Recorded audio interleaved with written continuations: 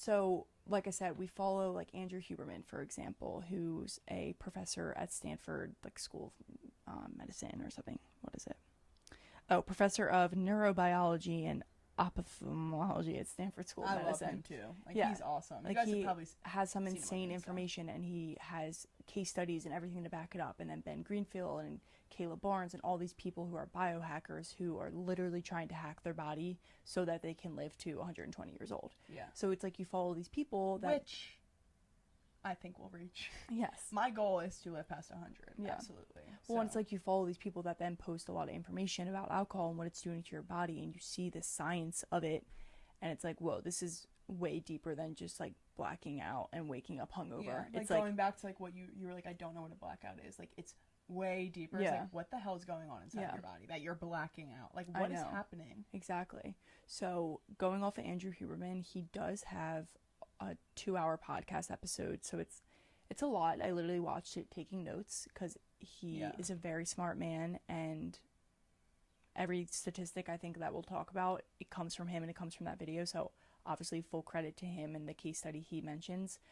But yeah, I recommend watching it, listening to it, whatever, and just kind of opening your eyes to maybe what alcohol is doing to you, especially if you are health conscious and you're kind of wondering why certain areas aren't clicking in your life, like health reasons. Yeah. You know, just like, look at it. Not even as like a shot. This isn't like a shot at you. It's Oh, no, just, not like, at all. No. We, like Terry said, like she was in the same position, and this really opened our eyes. Yeah. And I think like when you graduated college, just as you said, like it started to become, you were like becoming in your highest self. Like our health became a priority. Yes. Our number one priority, I would say. And that's really what shifted our mindset. So when we started learning about this, it was like very like following these beliefs. Yeah. So I think one of the biggest statistics that when I was watching his podcast, I was like, holy shit, I need to tell every single person I know that drinks alcohol this, because it's like life-threatening, literally. So alcohol is, of course, a toxin. It's a toxin in your body, and like we were talking about the blacking out,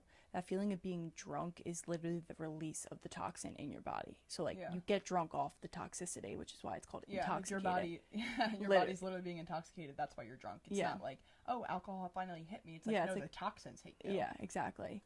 And okay, so the statistic that kind of blew my mind was about how alcohol can alter your DNA and your gene expression, so it increases the risk of cancer. So in every 10 grams of alcohol, which in the United States is a shot, one beer, like 1 12-ounce bottle, or a glass of wine. So literally just one drink, essentially. One shot. I'm going to point that out. Yeah. For people, one shot, because people do about 7 shots, I think. And literally. I don't know, like, you're trying you get a double drunk. drink, like, and you know, it's a lot. It's a lot. One shot is nothing. Mm-hmm.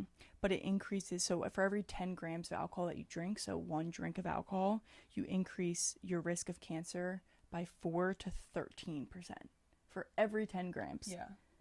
Which is just insane. And in women, more specifically breast cancer, because of the increase in the production of estrogen, which can lead to breast cancer. So obviously I'm not going to go into like too many sciencey details about that, because he continues to explain like why and everything that happens with the testosterone to estrogen production in both males and females. But just hearing that, I was like that alone will stop me from going out to dinner and ordering a drink. You know, that alone, like I would never, if something tells me that it could increase a chance of cancer, I would literally be like, get me as far away from it as possible. Exactly. Like you got to think about your future. I said this to you the other day, like it's hard to think about disease or cancer or anything in our bodies now because we're young and we're healthy.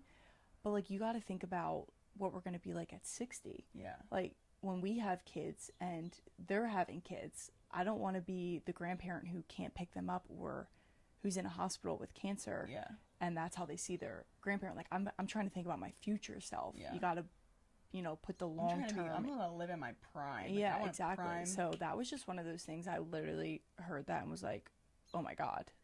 Like you put numbers like that on it and it just completely changes your viewpoint. So yeah, like I think that like the main point is that like all these statistics that we're about to tell you is like that's what drove us to where we are. Like health. Yeah. I think health is our main driving factor as to why we've stopped really drinking. Yeah. So I know we've like said that, but I want to get that across that it's like we prioritize our health over having fun off of alcohol. Exactly. And we're very outgoing people, so like we can have fun without drinking. Okay, and then another thing that, like, I'm not gonna try and act like I know 100% what this all means, but so we talked a lot about how alcohol really alters the relationship between your hypothalamus, your pituitary gland, and your adrenals. So all of those send messages to each other, essentially. So when your pituitary gland receives specific messages from your hypothalamus, it sends out the hormones to your adrenals. So when you're drinking, it's literally altering that communication between them. So then when you're sober, the communication between them is like literally it's off. Out of whack. And it's you like not can't, right. and he explained it as you can't differ between like what's really stressful and what's not actually that stressful when you're sober. Because so like coming out of the drink, right. yeah, because they're not communicating right. So what you're doing when you're drinking literally alters how you perceive stress and stressful environments when you're sober. Wow. Which was like, whoa. So like if I'm so I would find something more stressful. Yes. Right. So like that's why something so minor. Yeah. Duh. Exactly. Like, think about that feeling. Yeah. I mean, even just over Memorial Day weekend. I mean, I drank and I had a couple drinks. I definitely drank, and the next day, I just felt I don't know. I think I was distracted by my environment, so I didn't feel super anxious. But like when I got home, coming into this week, I felt really anxious. I was stressed about all these random things in my life. I like cried to you. I cried to Mom. Like I cried to Tyler. I was just overwhelmed, and I was like, why am I feeling like this all of a sudden? And then I was like, wait, I drank this weekend, and then drinking led to me, eating things I probably wouldn't eat when I was completely sober, so I don't know, just like hearing that, I was like, that's another thing that's like, holy shit, I can't believe that alcohol has that much effect on your sober life and your present day, not just when you're drinking. It's not like just when you're drinking and the day after, it's and I feel like all the days after. I feel like this is one of those things where you mentioned, like, if you're wondering why things don't click for you, like, I feel like anxiety is a big part of people's lives, and I'm not sure, I'm gonna honestly give it to you straight. It's called no sugar for a reason. Like, if you're trying all these anxiety medications to like reduce your anxiety, or like, why am I so stressed? Like, I've always been an anxious person. Like, have you ever tried cutting out drinking? Yeah, like that's true. That's kind of like the shift I took, because I've obviously never been on anxiety medications, but I feel like I always say I've always been an anxious person. I'm like, stop that belief. Yeah, that's like my fault now.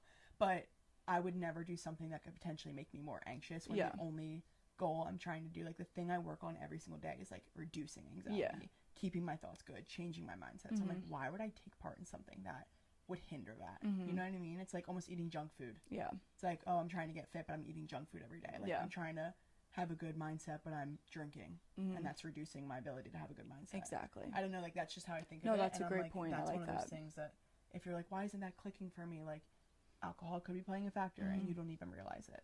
Last weekend I drank. I had alcohol. I'm not saying I'm completely giving up alcohol. I don't think you're saying it's a complete no to it either. I'm not really in an environment right now where like I have anything to drink for, so like it's very easy for me but to if you're no. At like, Julie's Bachelorette, I'm gonna be like, drinking, and I had drinks last weekend, and I'll probably next, maybe in a couple weeks when I go out with my boyfriend, I'll have a drink then, like who knows.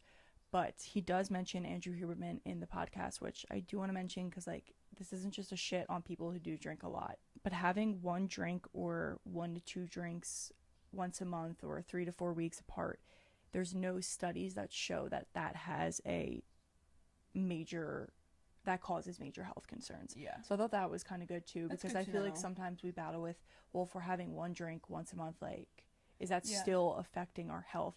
And like he says, if you're not drinking at all, that's definitely better, but it's like no drinks is going to be better than one drink, and one drink is going to be better than drinking every night, or drinking 7 drinks on 1 week, like one day a week. It's not like I think that shows it's not an all or nothing thing. It doesn't need to be like, oh, I'm going to go strict and like I have to cut alcohol in my life. Like, you don't need to beat yourself up for having, which I think would be like us. Like, I'm not going to beat myself up for having one at the Bachelorette, because I haven't drank in 3 months, so it's like, okay, that's fine. Exactly. So I think that's good to know, that if you are trying to limit it, like, find peace in that fact, and that may be something that you can work with, like, just limiting to one, like, a night of drinking every 1 to 3 weeks. 3 weeks, not 1 to 3 weeks, sorry. 1 week would be like every week. Then I also just want to give another stat, because this, I think, I read this and this was like a really big driving factor, is like, I will never want to, like, it kind of, like, settled me in on, like, wow, I never will be pressured to ever feel like I want to drink again. Even if my friends are all going out to a bar, I will be sober. I'd much rather be sober. And it was this statistic. I'm going to read it to you guys. It's not even a stat. It's just, like, a one-liner. So when we drink alcohol, we get in the way of the liver converting fat into energy, and that fat gets stored in our cells instead. So what I read about this was that because alcohol is a toxin and it's in obviously your liver is it's focusing all of its energy on getting that toxin out of your body. So instead of converting, this has a major effects when you work out the next day. So, like, for me, we go to the gym every day, or we work out every day. So if I'm drinking the night before, just knowing that my workout the next day, all that energy is used to burn the toxins out of my body instead of burning fat, it pisses me off. Yeah, I know. Like, what do you mean? I didn't show up today to, like, burn off alcohol. I showed up today to burn fat. Like, I just, like, I'm like, that is so not worth it to me. I know. Well, and that explains so much. In college, I was always like, I work out all week and I never see results. And it's like, well, because you were binge drinking like 20 drinks, probably more on the weekend, like Thursday. You know how much alcohol you have to get out of your system in the gym? Seriously. So it's like all week I'm like, oh, healthy girl. It's like, not really. Yeah. Your body's like, you're killing me, small. Yeah. So that to me was just like a wow. Yeah. Like, I want to have a fit and, like, toned and healthy, not even just the outside experience, like, healthy body, too badly to ever read that and be like, yes, I'm going to choose to drink tonight. That's kind of my perspective.